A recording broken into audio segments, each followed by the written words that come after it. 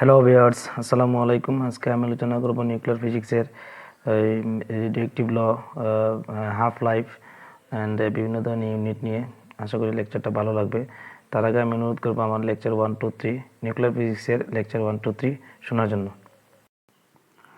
তো আজকে আলোচনা করতেছি law of radioactivity and half life of the radioactive element. ঠিক আছে, প্রথমে এই শীটের প্রথমেই শুরু করতেছে হাফ লাইফটা কি। It is the time during which one half of the atoms of parent element decay into daughter element. ঠিক আছে, একটা প্যারেন্ট এলিমেন্ট হাফ হইতে যে সময়টা লাগে, মানে একটা প্যারেন্ট এলিমেন্ট মানে প্রথম যে এলিমেন্টটা ছিল, মানে শুরুতে যে এলিমেন্টটা ছিল, এই এলিমেন্টটা ডটার এলিমেন্টে রূপান্তরিত হইতে হাফ যে টাইমটা লাগে, এটাই হচ্ছে হাফ লাইফ। ঠিক আছে, তো হাফ লাইফ বলে দিলাম। ঠিক আছে, the half life of radiative element may vary from fraction of a second to million of year. ঠিক আছে, আচ্ছা, রেডিয়েটিভ ডিকেটা আমরা শুরু করতেছি এখন। ল অফ রেডিয়েটিভিটি কি? Law of radioactivity state that the number of atoms that decay at instant is proportional to the number of atom present at that instant. Second point হচ্ছে no sample of radiative element can ever completely decay in a finite time. ঠিক আছে, তাহলে number of law of radioactivity কি? Law of রেডিয়েটিভিটি হচ্ছে এই যতটা atom decay হয়, মানে কয় হয়, এই কয় সংখ্যাটা হচ্ছে number of atom present at that time. যে সময় কয় হয় ওই সময় কতটা অ্যাটম প্রেজেন্ট ছিল এইটার সমানুপাতিক। ঠিক আছে, আর সেকেন্ড পয়েন্ট বলছে এমন কোনো রেডিয়েটিভ পাওয়া সম্ভব না যেটা ফাইনাইট টাইমে, মানে টাইম ফাইনাইট করা যাবে, মানে নির্দিষ্ট করা যাবে বলে এটা কয় হতেই থাকবে এত সময় পর, কয় হতে থাকবে 5 মিনিট পর্যন্ত, কয় হতে থাকবে 10 মিনিট পর্যন্ত। এইরকম ফিক্স কোনো টাইম দেওয়া সম্ভব না, এটা ইনফাইনাইট পর্যন্ত চলতেই পারে। ঠিক আছে, তাহলে আবার বলি law of radiative and half life. Half লাইফটা হচ্ছে এই একটা অ্যাটম, প্যারেন্ট অ্যাটম ডটার এলিমেন্টে রূপান্তরিত হইতে যে হাফ টাইম, ফুল টাইম, যে হাফ টাইমটা লাগে সেটাই হচ্ছে এই হাফ লাইফ। ঠিক আছে, আর ল অফ রেডিয়েটিভিটি হচ্ছে এই একটা অ্যাটম, যতগুলো অ্যাটম কয় হয় মানে ডিকে হয়, এই যে সংখ্যাটা, এই সংখ্যাটা হচ্ছে কতগুলো অ্যাটম ওই সময় উপস্থিত ছিল এইটার সমানুপাতিক। ঠিক আছে, আর এমন কোনো রেডিওঅ্যাক্টিভ এলিমেন্ট পাওয়া সম্ভব না যেটা আসলে ফাইনাইট করা যাবে, মানে নির্দিষ্ট করা যাবে এই রেডিওঅ্যাক্টিভিটি এত সময় পর্যন্ত চলবে। ঠিক আছে, তাহলে খুব সুন্দর করে দেওয়া আছে রেডিওঅ্যাক্টিভিটি কি এবং হাফ লাইফ কি। আশা করি এই সংখ্যাটা সবাই বুঝতে পারছো। এখন এই রেডিওঅ্যাক্টিভিটি এলিমেন্ট আমরা সব, এই রেডিওঅ্যাক্টিভিটির একটা ইকুয়েশন আছে। ঠিক আছে, প্রসিদ্ধ ইকুয়েশন। এই ইকুয়েশনটা কীভাবে বের করা আমরা এটা এখন দেখবো। প্রথম আমরা ধরে নিচ্ছি ল্যাট n naught is the number of atoms initially present at time t equal to 0। যখন শুরুতেই কোনো রিয়াকশন হয় নাই তখন টাইম t ছিল, t equal to 0 ছিল, ওই অবস্থায় যে নাম্বার অফ অ্যাটম ছিল এটা ছিল n naught। ঠিক আছে, let n is the number of atoms at any time t। আমরা এরপরে ধরে নিলাম যে কোনো একটা টাইম t টাইমে তার নাম্বার অফ অ্যাটম হয়ে গেছে হচ্ছে n। শুরুতে ছিল হচ্ছে n naught, কিন্তু নির্দিষ্ট সময় পর আমরা ধরে নিচ্ছি তার এই অ্যাটমের নাম্বার হচ্ছে n। ঠিক আছে, if dn are the number of atoms decay during the interval of time dt, যদি এই dn টা হচ্ছে number of atoms decay during the interval term DT, মানে ডিএন সংখ্যক ডিকে হচ্ছে এবং ওই সময় টাইমটা কত ডিএন। ঠিক আছে, তাহলে রেট অফ ডিকে আমরা কি লিখতে পারি? DNA by DT is directly proportional to the number of atom present at that time. ঠিক আছে, এটাই বলছে the rate of decay is directly proportional to the number of atom present at that time. ওই টাইমে আসলে number of decay রেটটা হচ্ছে ওই টাইমে কতটা নাম্বার অফ অ্যাটম ছিল এটার সমানুপাতিক। ঠিক আছে, আচ্ছা ঠিক আছে। এখন মাইনাস কি জন্য দিচ্ছে? মাইনাসের জন্য হচ্ছে কারণ রিয়েক্টিভ যে মেটেরিয়ালটা আছে এটা আস্তে আস্তে কমে যাচ্ছে, এই জন্য আমরা লিখতে পারি minus DNA by DT proportional N. এবার বলি আমরা এন নটটা দিচ্ছি ইনিশিয়াল নাম্বার, এটা নির্দিষ্ট টাইম পর তার সংখ্যাটা হচ্ছে এন। ঠিক আছে, তাহলে এই ক্ষুদ্র ডিএন নাম্বার, যেহেতু প্রোটন নাম্বার হচ্ছে এন, তাহলে কিছু তো এখান থেকে ডিকে হবে। আমরা ধরে নিলাম ডিএন পরিমাণ ডিকে হইলো এবং ওই সময় টাইমটা হচ্ছিল ডিটি। তাহলে রেট ওই যে ডিকেটা হচ্ছে, এই ডিকেটা হচ্ছে ওই সময় কয়টা এলিমেন্ট ছিল এটার সংখ্যার সমানুপাতিক। তাহলে আমরা বলতে পারি the rate of decay minus DNA by DT is directly proportional to the number of atom present at that time. ঠিক আছে, মানে ডিটি টাইমে ডিএন পরিমাণ এই ডিকে হচ্ছে এবং ওই সময় নাম্বার অফ অ্যাটম ছিল হচ্ছে এন। তাহলে আমরা লিখতে পারি DNA by DT proportional N. এখান থেকে লিখতে পারি minus dn by dt equal to lambda n। Lambda হচ্ছে ডিকে কনস্ট্যান্ট, ঠিক আছে। It is the characteristic of radiative element, ঠিক আছে। আচ্ছা, এখান থেকে আমরা লিখতে dn by dt equal to minus তো ওই সাইডে চলে গেল, অথবা বলতে পারো মাইনাস দ্বারা গুণ দিছো, মাইনাস দ্বারা গুণ দিলে এদিকে প্লাস হয়ে যাবে, এদিকে মাইনাস হয়ে যাবে। তাহলে এই dn বাই n করলাম, এটা তো সবাই বুঝে গেছে, কারণ কোনাগুনি গুণ করলে আবার সেমই আসে। তাহলে dn বাই n আনলাম ইকুয়াল টু হচ্ছে মানলাম ল্যামডা dt। এখন আমরা হচ্ছে কী করবো, ইন্টিগ্রেশন করব। ইন্টিগ্রেশন করার আগে ইন্টিগ্রেশন লিমিটটা আমরা ঠিক করে নেব। আমরা ধরে নিলাম এর টি ইকুয়াল টু জিরোতে তার পার্টিকেল নাম্বার কত, এন নট, ঠিক আছে। আর এর টি ইকুয়াল টু টিতে তার এই পার্টিকেল নাম্বার হচ্ছে এন। এই লিমিটের মধ্যে আমরা ইন্টিগ্রেশন করব। তাহলে এন নট থেকে শুরু, তাহলে এন নট থেকে এন, আর টাইম হচ্ছে জিরো থেকে টি, ঠিক আছে। তাহলে আমরা জানি কি integration D X by E X ln X, ঠিক আছে। তাহলে এখানে হচ্ছে এন আছে, তাহলে লন এন, আর লিমিট হচ্ছে N naught to N. Minus integration ডিএক্সকে যদি ইন্টিগ্রেশন করি তাহলে এক্স, এখানে ডিটি আছে, তাহলে ডিটিকে ইন্টিগ্রেশন করলে টি, তাহলে আমরা পাইলাম কি মাইনাস ল্যামডা টি। তাহলে এখান থেকে লিখতে পারি সবসময় আপার লিমিট থেকে লোয়ার লিমিট বসাইতে হয়, এই জন্য আমরা লিখছি ln N minus ln N naught equal to minus lambda T. এখন যদি লগারিদমে যদি মাইনাস থাকে তাহলে এটা হচ্ছে ভাগ হয়, তাহলে লন এন ভাগ এন নট লেখা যায় মাইনাস ল্যামডা টি। এখন যদি কোনো সাইডে যদি তুমি লোন তুলতে চাও তাহলে অপোজিট সাইডে কী হয়, এক্সপোনেনশিয়াল দিতে হয়। এই জন্য আমি দেখো লেফট সাইডে যখন লোন তুলছি আমরা এই রাইট সাইডে কি দিয়েছি, এক্সপোনেনশিয়াল দিয়েছি। তাহলে এখান থেকে আমরা লিখতে পারি N equal to N naught E minus lambda T, সমীকরণ নম্বর 1। এইটাই হচ্ছে রেডিয়েটিভ ইকুয়েশন বা রেডিয়েটিভ যে it is clear that from equation 1 the radioactive follows an exponential law and it takes an infinite time to decay and radioactive element completely। মানে infinite টাইমে রেডিয়েক্টিভিটি হতে পারে, মানে ফাইনাইট করা যাবে না, এটা কিন্তু আগেও বলছে। তাহলে আবার আমি এই যে রেডিয়েক্টিভ ল অফ রেডিয়েক্টিভিটি হাফ লাইফ, এটা একটু মানে হাফ লাইফ কি, হাফ লাইফটা হচ্ছে এমন একটা টাইম যে টাইমে এই হাফ সময়ে প্যারেন্ট এলিমেন্টটা ডেটা এলিমেন্টে রূপান্তরিত হয়। হাফ লাইফটা হচ্ছে এই ফ্র্যাকশন থেকে ইনফাইনাইট মিলিয়ন অফ ইয়ার পর্যন্ত বেরি করতে পারে। এখন রেডিয়েক্টিভ লটা কি, রেডিয়েক্টিভ লটা হচ্ছে এই number of decay, number of atoms that decay at any instant, মানে যে কোনো টাইমে কতটা আসলে এই অ্যাটম ডিকে হচ্ছে, মানে হচ্ছে এটা হচ্ছে ওই টাইমে কি পরিমাণ অ্যাটম প্রেজেন্ট ছিল তার সংখ্যার সমানুপাতিক, ঠিক আছে। এইখান থেকে আমরা এন নট দিয়েছি ইনিশিয়াল টাইম, তার একটা নির্দিষ্ট টাইম পরে ধরছি এন হচ্ছে তার এই এন হচ্ছে একটা নির্দিষ্ট টাইমের পর তার অ্যাটম সংখ্যা হচ্ছে এন, ঠিক আছে। তাহলে আমরা ডিএন বাই ডিটি লিখতে পারি একটা নির্দিষ্ট টাইমে কী পরিমাণ rate of change, rate of decay হচ্ছে, এইটা হচ্ছে ডিরেক্টলি প্রপোর্শনাল টু ওই টাইমে আসলে কী পরিমাণ অ্যাটম প্রেজেন্ট ছিল, এটা সমান। এই জন্য আমরা লিখতে পারি ডিএন প্রপোর্শনাল ডিটি। ক্যালকুলেশন করার পর সব কিছু করার পর আমরা পাইছি হচ্ছে N equal to N naught E lambda T, ঠিক আছে। এইটা হচ্ছে রেডিয়েক্টিভ এলিমেন্টের মানে একটা প্রসিদ্ধ ইকুয়েশন, সবাই এটা চিনে জানে।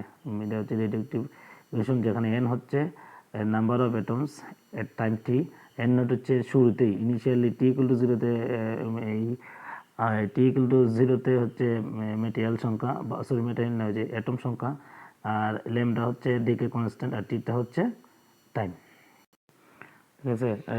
টোটাল নাম্বার অফ অ্যাটমসের টোটাল নাম্বার অফ মানে অ্যাটমসের ডিকে হাফ হওয়ার জন্য যে সময়টা লাগে সেটাই হচ্ছে হাফ লাইফ, ঠিক আছে।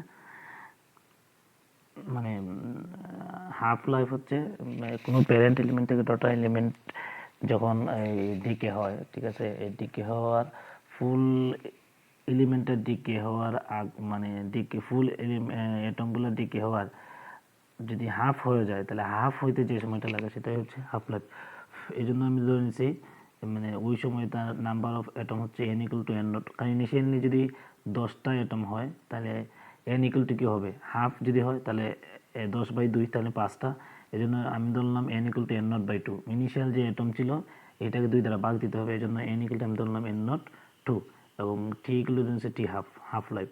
তাহলে এই ইকুয়েশনটা, এই যে কন্ডিশনটার N equal to N not by 2, এটা হচ্ছে এই 1 নম্বর ইকুয়েশনে বসাই দিলাম। তাহলে 1 নম্বর ইকুয়েশনের এই লেফটে কী আছে, N equal to N naught E minus, তাহলে এন ইকুয়াল টু আমরা এখানে কী পাইলাম এন নট বাই 2, তাহলে এন নট বাই 2 বসাই দিলাম ইকুয়াল টু হচ্ছে N naught E lambda T half.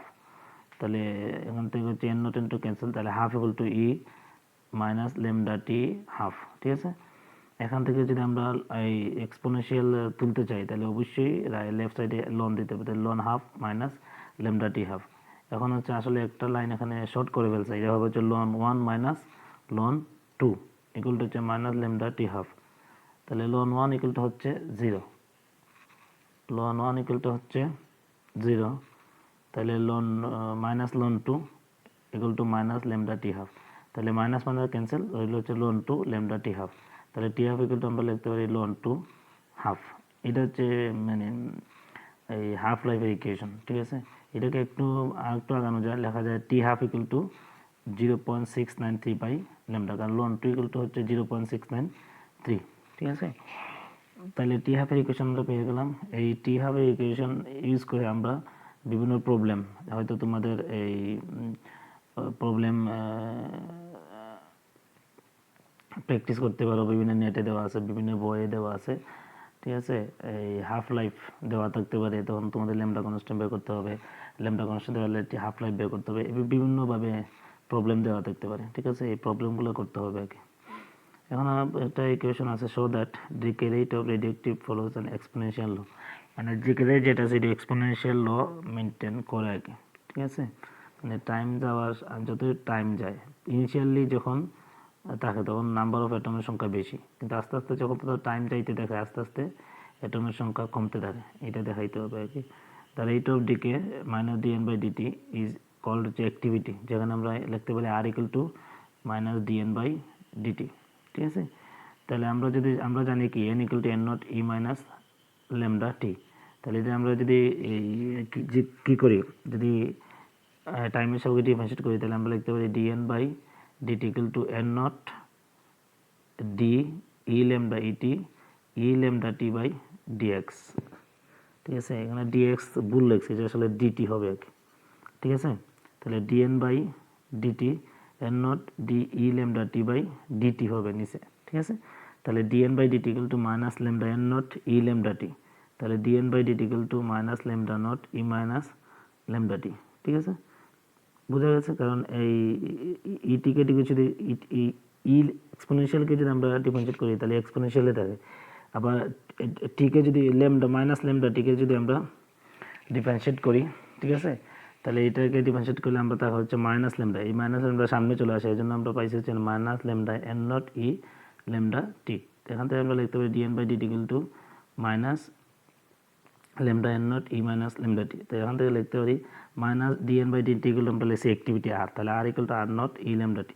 তাহলে দেখা যায় এটা আবার এক্সপোনেনশিয়াল লই মানে অ্যাক্টিভিটিও এক্সপোনেনশিয়াল ল মানে, তাহলে এই ইকুয়েশন থেকে আমরা বলতে পারি R not equal to lambda N not decay rate at T equal to 0। তাহলে এই ইকুয়েশন থেকে আমরা ক্লিয়ারলি বলতে পারি মানে ডিরাইভেটিভ ম্যাটেরিয়াল এক্সপোনেনশিয়াল লটা মানে। ঠিক আছে, তাহলে টি হাফ ইকুয়াল টু আমরা কি জানি, T half equal to ln 2 by lambda, এটাকে আমরা একটু লিখতে পারি T half equal to 0.693 by lambda, এবং অ্যাক্টিভিটি আমরা লিখতে পারি R equal to minus DNA by DT equal to হচ্ছে ল্যামডা এন লেখা যায়। ঠিক আছে, ওকে, খুব সুন্দরভাবে এই ল্যামডা এন কীভাবে লেখা যায়, কারণ আর ইকুয়াল টু হচ্ছে এই যে R equal to R naught E lambda T. ঠিক আছে, আর নট ইকুয়াল টু কি ল্যামডা এন নট। ঠিক আছে, ঠিক আছে, ওই যে N naught E lambda T equal to কত lambda N naught N lambda N naught E lambda T equal to কত lambda N naught E lambda T equal to N না, তাহলে ডিএন বাই ডিটি ইকুয়াল আমরা লিখতে পারি lambda N, R DNA by DT equal to কত R, তাহলে R equal to lambda N লেখা যায়। ঠিক আছে, তাহলে এখান থেকে বলা যায় আস্তে আস্তে এক্সপোনেনশিয়ালি কমতে থাকতেছে, যত টাইম পাচ্ছে এই যে অ্যাটম এই নাম্বার অফ অ্যাটম আস্তে আস্তে কমতে থাকছে, তাহলে আমরা বলতে পারি রেডিয়েক্টিভ যে লটা এটা এক্সপোনেনশিয়াল লটা মানে। এখন হচ্ছে আমি বিভিন্ন ইউনিট নিয়ে আলোচনা করব, unit for measuring ionising radiation. ঠিক আছে, বেকারেল হচ্ছে রেডিয়েক্টিভ ইউনিট মানে কি বলে, এর আগে ছিল হচ্ছে কুড়ি হচ্ছে রেডিয়েক্টিভ ইউনিট। ঠিক আছে, কিন্তু এখন আপডেট হচ্ছে বেকারেল, এবং 1 বেকারেল ইকুয়াল টু হচ্ছে 1 ডিসইন্টিগ্রেশন পার সেকেন্ড। এক সেকেন্ডে যদি একটা অ্যাটম ডিসইন্টিগ্রেশন হয় ডিকে হয় সেই সংখ্যাটাই হচ্ছে বেকারেল। ঠিক আছে, আর এর আগে হচ্ছে রেডিয়েক্টিভিটি মানে তেজস্ক্রিয় ইউনিট ছিল, এর আগে ছিল 20। ঠিক আছে, কিন্তু এখন আপডেটেড যেটা সেটা হচ্ছে বেকারেল। কুড়ি হচ্ছে আগের রেডিয়েক্টিভ unit, the unit of activity of rate of decay of radioactive curie is curie. It defines the activity of 1 gram of radium in equilibrium. ঠিক আছে, 1 gram atom number of atom representation হইতে যে সময় লাগে, তাহলে 1 curie equal to 3.7 10 to the power 10 disintegration per second. ঠিক আছে, তাহলে 1 ইকুয়াল টু আমরা লিখতে পারি 3.7 10 টু দ্য পাওয়ার বেকুরেল, কারণ 1 ডিসইন্টিগ্রেশন পার সেকেন্ড হচ্ছে বেকুরেল, তাহলে 1 ডিসইন্টিগ্রেশন পার সেকেন্ডের জায়গায় আমরা বেকুরেল লিখতে পারি। তাহলে কুড়ি আর বেকুরেলের সাথে সম্পর্ক আমরা জেনে গেলাম, 1 curie equal to 3.7 10 to the power 10 বেকুরেল। ঠিক আছে, তো কুড়ি এবং বেকুরেল দুইটাই কিন্তু রেডিওঅ্যাক্টিভিটির ইউনিট। এখন রঞ্জনটা কি? It is the unit of exposure which may be defined as the exposure of beam X-ray, gamma ray produce 1.7 1.6 10 to the power 12 ion pair per gram of air, the air being dry and a standard temperature and pressure. তাহলে রঞ্জন হচ্ছে কোনো কিছু যদি x-ray অথবা gamma রে expose হয়, exposure যে ইউনিটটা সেটা হচ্ছে রঞ্জন। তারপর হচ্ছে রেড হচ্ছে this is acronym for the radiation absorbed dose, radiation absorbed dose. ঠিক আছে, is a measure of the dose actually delivered two a specific object. এটা যে কোনো স্পেসিফিক অবজেক্ট কী পরিমাণ ডোজ অ্যাবজর্ব করে এইটার জন্য যে ইউনিট সেটা হচ্ছে রেড। ঠিক আছে, ওকে। এখন হচ্ছে র্যামটা অ্যাক্রোনিম হচ্ছে Ranjan equivalent in main and measure of dose equivalent. The dose equivalent is founded by the multiplying the observed dose by quality vector. ঠিক আছে, তো কি পরিমাণ আসলে এই ডোজ ইকুইভ্যালেন্ট হয়, ঠিক আছে, এইটা মাপার জন্য যে ইউনিটটা সেটাই হচ্ছে এই র্যাম। এখানে একটা কথা আছে, according to the recommendation of the national council on radiation protection, no individual who is exposed to radiation should receive a dose equivalent greater than 50 meter RAM 0.5 RAM in 1 year. ঠিক আছে, যারা মানে কোনো মানুষ, ঠিক আছে, 500 মিটার র্যাম অথবা 0.5 র্যামের উপরে মানে এই এক্সপোজ ডোজ নিতে পারবে না, এর বেশি নিলে মানে তার ঝামেলা হবে আর কি। তাহলে আমরা কয় ধরনের ইউনিট নিলাম? বেকুরেল, কুড়ি, এটা হচ্ছে এই রেডিওঅ্যাক্টিভ ইউনিট। রঞ্জন হচ্ছে একটা মানুষের শরীরে এক্সরে গামার একই পরিমাণ এক্সপোজ হয়, এটার ইউনিট। আর রেড হচ্ছে কিরপন রেডিয়েশন চলে এক্সপোজ হয়। ঠিক আছে, আর রঞ্জন ইকুইভ্যালেন্ট